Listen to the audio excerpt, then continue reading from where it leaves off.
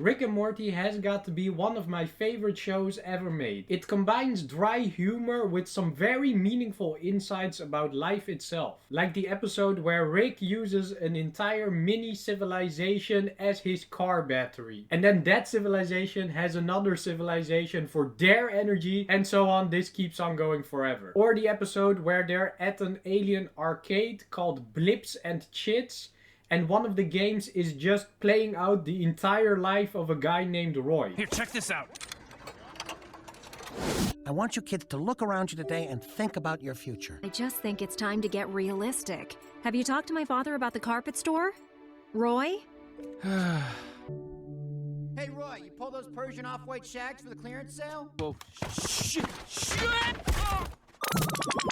Oh, what the hell? Whoa, where am I? 55 years. Not bad, Morty. This really makes you think, is life itself not just a game? It is no doubt that the creators of Rick and Morty, Justin Roiland and Dan Harmon, are some of the greatest minds in the entertainment industry. But it now seems that Rick and Morty as we know it might be coming to an end, even though Cartoon Network did order a 7th season, and I believe they're still working on seasons 8 and 9 as well. But this entire process might get disrupted all of a sudden. This is because Justin Roiland has been charged with felony domestic charges. He was arrested for these charges in 2020 already and released on a $50,000 bond. Ever since 2020, he's been to numerous court cases in which he has pleaded not guilty. According to his attorneys, Justin Roiland is innocent and they expect his name to be cleared. It's actually pretty bizarre that this has been going on for 2 years already and pretty much no one knew about it except for the people who were involved in the court case. I also had the feeling that back with season 5 of Rick and Morty, I always had the feeling that it felt rushed, that they didn't put enough time and effort into it, and perhaps this had to do with Justin Roiland's incarceration and all of the court cases that he was involved with. He was most likely too involved with those to focus on his creative work. Now the allegations against him are actually pretty serious, and if he's found guilty, he's gonna have to face some serious consequences.